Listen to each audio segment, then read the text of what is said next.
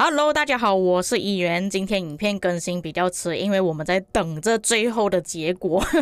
相信各位应该也是收到消息了，就是俄罗斯父子他们要冲上20亿战力。那今天我也不是要转播他们的画面给你们看，他们是怎样去点兵的啦，因为那个画面真的是有点无聊啦。我个人觉得，如果你们想要看的话，可以直接去他们的频道看。今天主要是帮大家计算他们到底开销了多少，包括使用了多少的宝石资源还有加速。不过说实话，在我现在录制影片的时候，其实他们的战力没有升上20亿，并且直播是已经关闭了。Mr. Hope 的战力现在有 19.8 亿，然后 Wow Lion 有 18.5 亿，其实换算起来也是差不多20亿左右，并且晚一点他应该会再继续爆兵，因为现在他已经是开了一个等候室。这里它所设置的时间是明天凌晨4点，那在国际服务要等到早上8点才会变成重置时间，所以那个时间其实是来得及的。但是凌晨4点我就不奉陪了，反正我们都知道它的战力会提升到20亿，我们只是计算现在它消耗了多少。首先是 Mr. Hope 的账号，可以看到原本它的战力是有 14.5 亿，后来变成 19.5 亿，就是差那么一点点就要变成20亿了。在途中其实他有购买很多个礼包，所以他的宝石其实在中间有提升的，后来又在用光了。然后他这边使用的资源全部都有超过1半以上。等一下我会做一个列表总结，现在我们先看面板上拥有的东西。再来是爸爸的账号 Wow Lion， 也是从原本的 14.5 亿提升到 18.5 亿，但是这个账号的宝石就比较少一点。最后也是一样有购买礼包，但是他并没有把这个礼包里面的宝石全部都花光，也是消耗了差不多1倍的资源左右。这个是我整理出来的数据，但我相信应该有玩家要问，为什么 Wow Lion 用的宝石是比 Mr. Hope 还要更多？明明他的战力提升比较少。那其实 Wow Lion 他还有一些宝石没有用到，我这边只是计算他的面板上有多少宝石而已。并且 Mr. Hope 他后来是用加速慢慢去提升自己的战力的，所以他这边的战力有一部分不是靠宝石提升了。所以宝石只是给大家做一个参考而已，实际上还是要看他们的资源消耗。你们也可以明显发现到 Mr. Hope 所使用的资源是比 Wow Lion 还要更多的。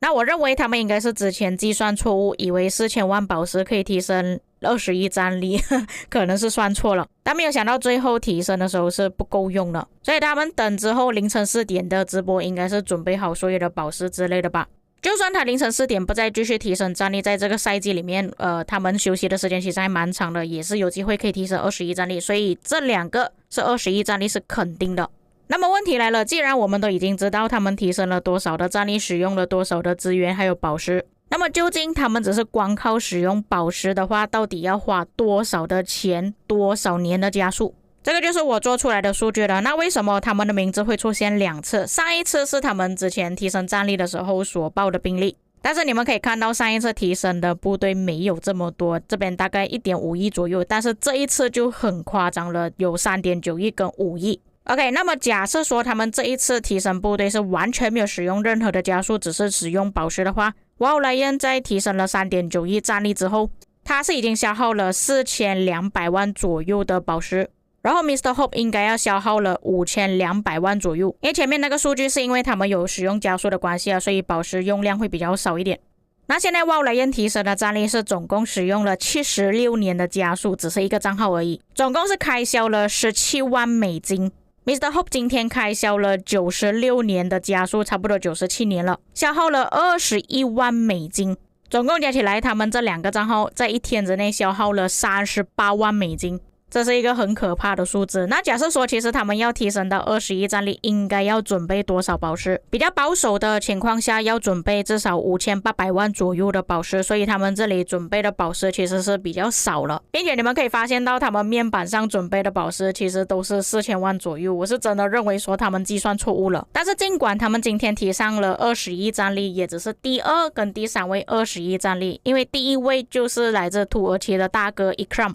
也就是我画面列表上最下面的那个名字，他在一天之内提升了 14.6 亿战力。就算今天俄罗斯父子2个账号的战力提升加起来，还有包括凌晨他们要提升20亿的那个分数全部加起来也好，都是没有办法超越之前土耳其大哥的账号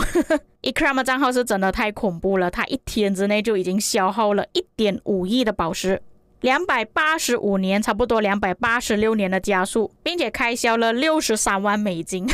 这个差太远了，所以目前还是没有人可以打破 Ikram 的记录。那么现在就有玩家要问了，他们提升这么高战力有用吗？他最多也只能出到7队而已。那如果是在别人身上提升21战力，我是觉得没有用，但是俄罗斯父子不一样，哈哈哈，他们非同小可。正常你们看到一些大哥的账号都是负责去打野仗，冲入人群中帮你们扛伤害，但是俄罗斯父子的玩法就是到处牵城，然后看到谁不在领土上可以被清零，他们就直接去清零。是的，你们没有听错，他们就连1战力以上都会直接清零，因为他们有2个账号14个队伍。在之前我就有做过这个影片，说过类似的事情啊，不管是之前的 KVK 也好，还是现在的 KVK 也好，都是这样子的玩法。并且当他们的队友要求他们去阵亡部队的时候，他们都会直接冲过去，没有任何一点犹豫。只能说如果你的 KVK 跟他们在同一个地图上那么你们就要小心了，确保自己有开泡泡或者是在领土上不会被集结，不会被清零。只要你的城市战力并没有到特别夸张，比方说4-5亿左右，他们都有本事把你给归零。就像我前面所说的，你可以怀疑其他玩家提升21战力就是个废物，但是你们不能怀疑俄罗斯父子，他是真的肯死兵了。假设你们想要看他们阵亡提升的幅度有多大，这边有数据给你们看。这个是2023年11月跟12月的数据，他们当时候的战力也没有像现在这么高，有7亿左右，但是当时候他们的账号被称为废物账号，就是因为他们战力很高，然后不打架，变成他们的击杀跟阵亡很少。这个是当时候1月26日我所做的数据。那当时候各位可以看到 Mr. Hope 跟 WoW Lion 的击杀都大概30多亿左右，并且当时候他们的阵亡只有3000万左右而已。假设是比较起一般的玩家，确实他们这个数据已经算是很可以了，都算 OK 了。但是如果是在排行榜上面就不一样了，这边全部都是战力比较高的玩家排行榜，甚至可以说当时候他们的实力是不及格的。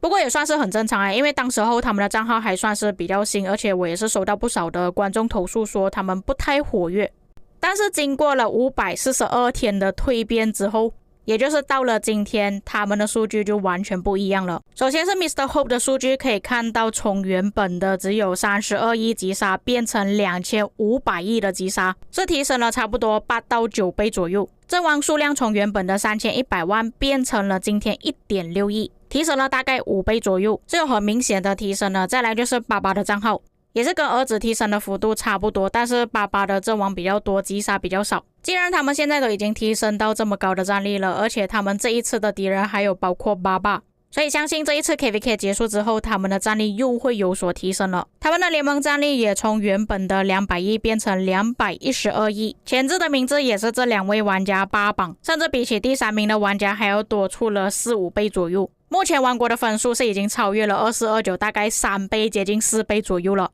所以除非2429又有出现类似这样子的玩家提升11战力左右，否则2429应该是很难超越第1名了。既然都已经提到这几个玩家了，当然也是要提到他们 KVK 的事情了。不知道各位还记不记得之前我有提过俄罗斯父子跟 Peppa 之间又在约战了。上个赛季他们曾经有互相交战过，但是最后2429输了。所以这一次的 KVK 算是他们的 Round 2， 将会是2429的复仇之战，又或者是2377再次打败2429。但是乎官方不想要他们这么快的打起来，想要等到压轴，所以他们的分配位置是这样的。你们可以看到左上角就是2377，然后2429是在右下角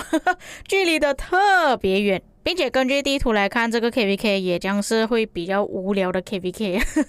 这2个大先锋要等到皇庭开放的时候才会面对上。在关卡室开放的时候，只有2个区域5会有交战，分别是蓝色跟红色，紫色跟绿色会有交战而已。但是当皇庭开放的时候应该会比较刺激啊，有可能在早期大家都没有交战过，然后到皇庭的时候就有大量的资源加速，就会全力以赴的在皇庭打到光为止。所以我希望他们这一次的 KVK 皇庭可以打至少1个星期左右吧